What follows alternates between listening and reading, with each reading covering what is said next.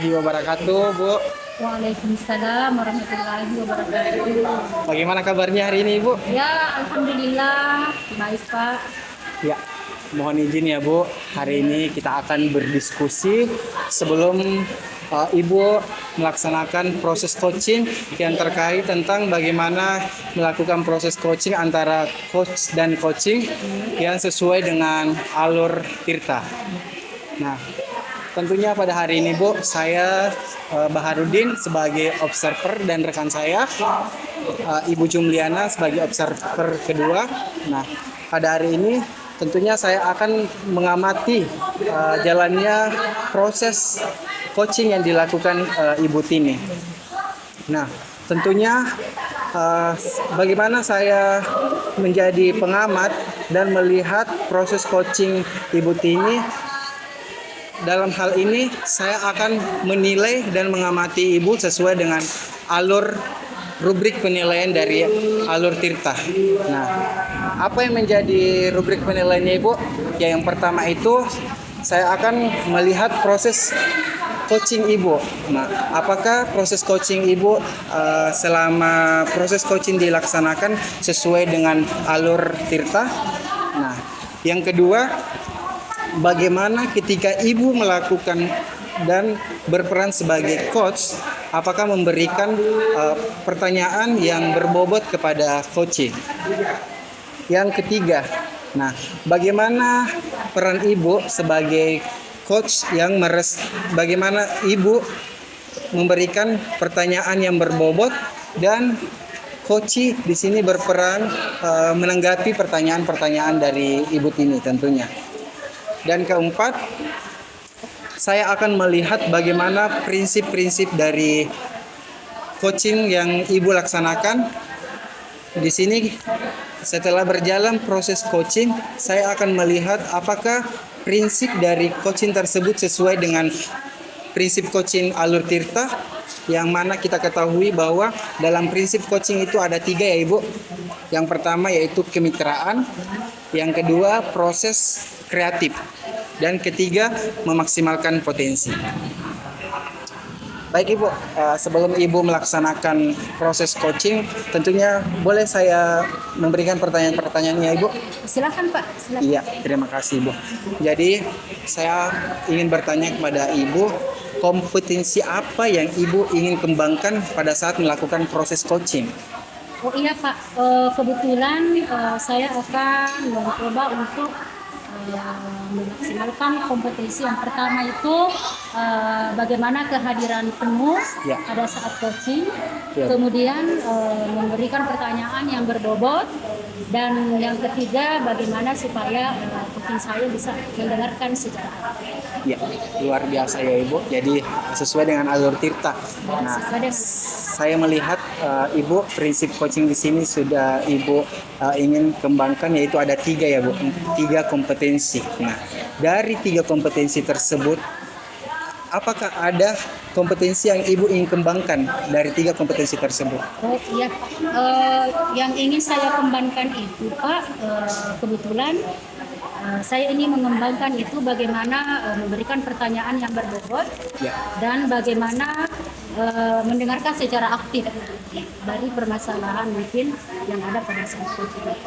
Ya, terima kasih, Bu. Jadi dari kompetensi tersebut Ibu akan mengembangkan pertanyaan-pertanyaan yang berbobot. Nah, bagaimana dalam proses coaching tersebut, ketika sedang berjalan proses coaching tersebut antara coach dan coachee, adakah indikator apa yang diharapkan Ibu ketika melaksanakan proses coaching? Kalau berbicara masalah indikator, tentunya indikator yang saya harapkan Pak, bagaimana supaya saya menggali informasi dari coaching saya supaya bisa memecahkan masalahnya secara tidak langsung pada saat saya meng-coaching. Ya, sangat luar biasa ya Ibu. Jadi saya melihat kesiapan dari Ibu Tini di sini sudah melakukan persiapan untuk melakukan proses coaching tersebut. Nah, saya rasa untuk observasi ini saya harapkan apa yang ingin Ibu capai dalam proses coaching tersebut dapat berjalan dengan baik. Ya, saya persilakan kepada Ibu untuk melakukan coach kepada rekan. Assalamualaikum Bu Yanti, bagaimana kabar Tak? Waalaikumsalam Bu Tini, alhamdulillah kabar baik Bu Tini. Oh iya, ini ngomong-ngomong Bu, ini ada sesuatu yang saya ingin tanyakan. Bagaimana kabar pembelajaran Ibu selama ini? Di sekolah alhamdulillah seperti biasa proses pembelajaran berlangsung dengan baik. Namun tidak kita nafikan bahwa ketika kita melakukan proses pembelajaran ada saja butuh hal-hal yang kita temukan, tapi itu mungkin memang sudah menjadi risiko kita sebagai seorang guru. Oh iya, betul sekali Bu. Dalam hal-hal tertentu itu kira-kira hal-hal apa saja Bu yang Ibu dapatkan dalam proses pembelajaran itu? Mungkin itulah yang ingin saya sampaikan pada hari ini kepada Ibu Tini.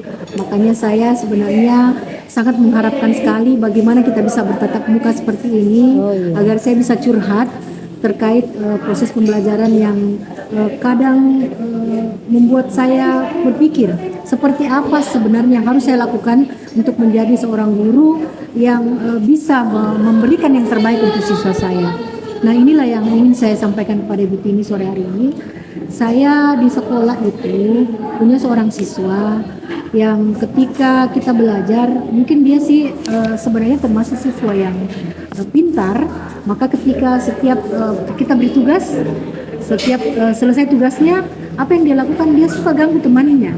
Itu dia lakukan, dia mundar-mandir ini, lari ke kanan, seperti itu Bu Tini. Maka saya kadang bingung, apa yang harus saya lakukan. Kira-kira selama ini langkah-langkah apa saja yang Ibu sudah berikan kepada siswa tersebut? Saya sudah mencoba beberapa hal. Yang pertama saya kan melihat ini anak saya termasuk aktif sih sebenarnya. Dia kinestetik. Kenapa saya bilang kinestetik? Kalau saya melakukan proses pembelajaran, saya kasih tugas paling cepat selesai, tapi mondar-mandir ke dalam kelas, dia ganggu temannya. Jadi saya siapkan dia kertas gambar. Jadi ketika dia selesai belajar, saya mengantisipasi supaya dia jangan lari-lari. Saya kasih dia kertas untuk dia mewarnai gambar. Walaupun sebenarnya berapa kali saya lakukan itu, dan itu ada sedikit manfaatnya, karena kalau saya kasih, ya duduk nih, dia tidak ganggu temannya. Tapi kalau selesai lagi, dia lakukan lagi seperti itu. Itulah yang saya bingung. Seperti apa lagi yang harus saya lakukan? Sudah pernah disampaikan ke guru BK Bu atau? Kalau kami di SD tidak ada guru BK. Oh, tidak ada guru BK. Iya, makanya saya melakukan beberapa hal. Inilah rencana saya ke depan ini.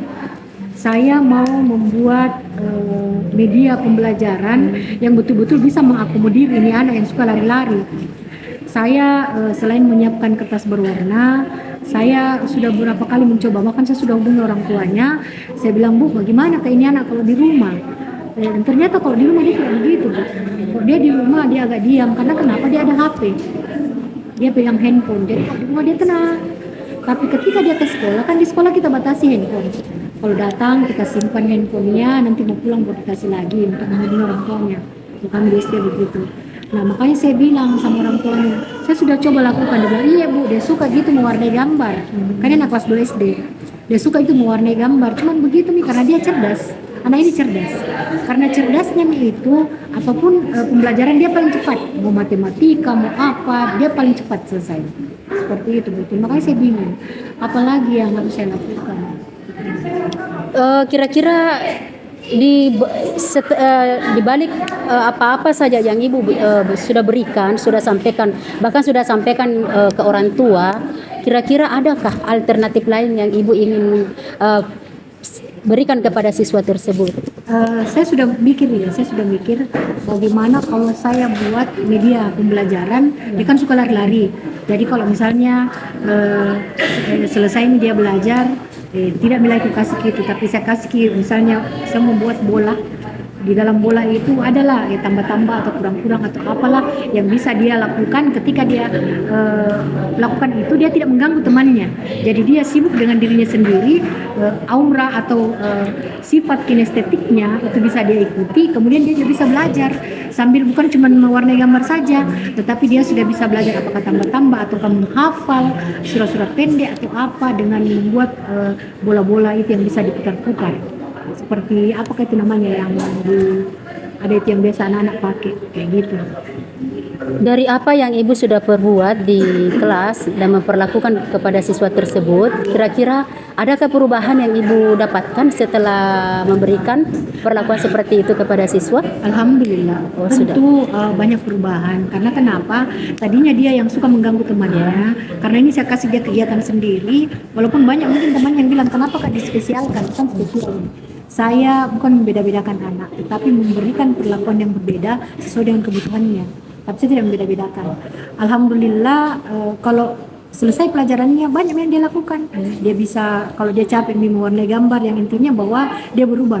Dia tidak kiri kanan diganggu teman-temannya. Kalau karena biasa dia pergi, dia cubit kah, ada saja yang dia lakukan. Tapi alhamdulillah setelah saya lakukan itu banyak perubahan yang terjadi.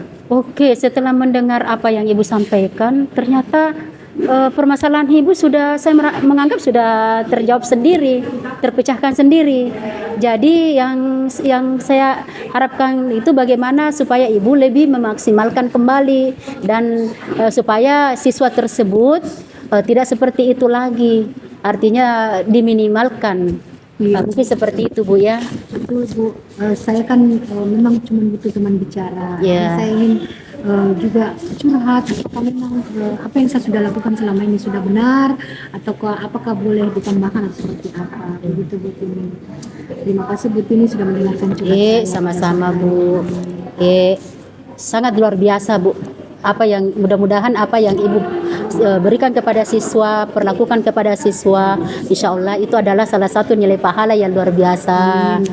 Terima kasih banyak. Ya, saya kira untuk hari ini cukup sekian ya Bu ya. Terima kasih. Mudah-mudahan kita dapat mengimplementasikan semua dan Ibu bisa bagaimana caranya supaya sehat selalu menghadapi siswa yang seperti itu dan siswa tersebut mendapatkan perubahan apa yang kita harapkan.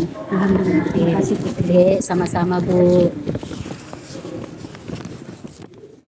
Alhamdulillah, Bu Tini sudah menyelesaikan dan melaksanakan proses coaching ya Ibu. Sangat luar biasa. Saya melihat proses coaching yang Ibu laksanakan berjalan lancar. Apa yang Ibu inginkan dan apa yang ingin Ibu pertanyakan dari proses coaching tersebut, saya melihat sudah sesuai dengan alur Tirta. Nah, saya melihat di sini bagaimanakah Ibu menilai performa Ibu ketika melaksanakan proses coaching tersebut? Kalau performa saya menganggap bahwa apa yang saya lakukan tadi sudah sesuai dengan bagaimana prinsip coaching tersebut dan sudah sesuai dengan alur Tirta. Ya. Ya, seperti itu Pak. Iya, betul sekali ya Ibu. Sangat luar biasa. Di sini Ibu sudah melakukan proses coaching sesuai dengan alur Tirta dan prinsip-prinsip coaching tersebut sudah Ibu sampaikan. Nah, mohon izin Ibu, bolehkah saya menyampaikan hasil dari pengamatan dan penilaian sesuai dengan proses coaching yang sudah dilaksanakan? Boleh. Iya, terima kasih ya Ibu. Jadi saya melihat proses coaching Ibu yang sudah dilaksanakan di sini. Saya melihat apa yang Ibu ingin gali dari coaching antara coach dan coach ini sudah berjalan sesuai dengan apa yang Ibu harapkan. Tentunya melalui dari rubrik penilaian yang sudah saya sampaikan dari awal Ibu, saya melihat Ibu sudah melaksanakan sesuai dengan alur Tirta. Nah, Alhamdulillah. iya, saya melihat sesuai dengan apa yang menjadi identifikasi Ibu, apa yang menjadi tujuan Ibu. Saya melihat sudah tersampaikan dan sudah menggali apa-apa yang Ibu inginkan dari coaching tersebut. Nah, setelah proses coaching tersebut, saya melihat bahwa dari apa yang Ibu lakukan terhadap coaching tersebut, ini merupakan pengamatan saya bahwa Ibu tidak melepas juga dari apa yang menjadi prinsip coaching tersebut. Ya.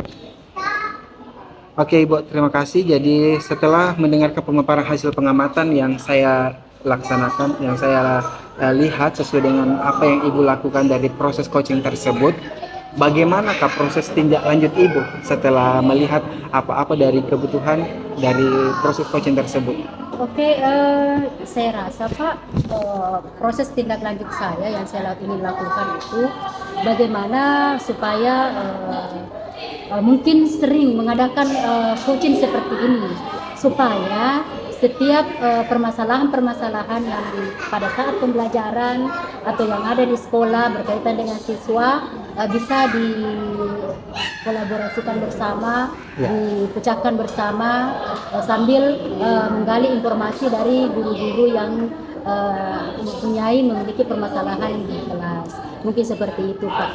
Iya, luar biasa ya Bu Tini. Sangat Ibu ingin apa yang menjadi tujuan Ibu dari proses coaching tersebut.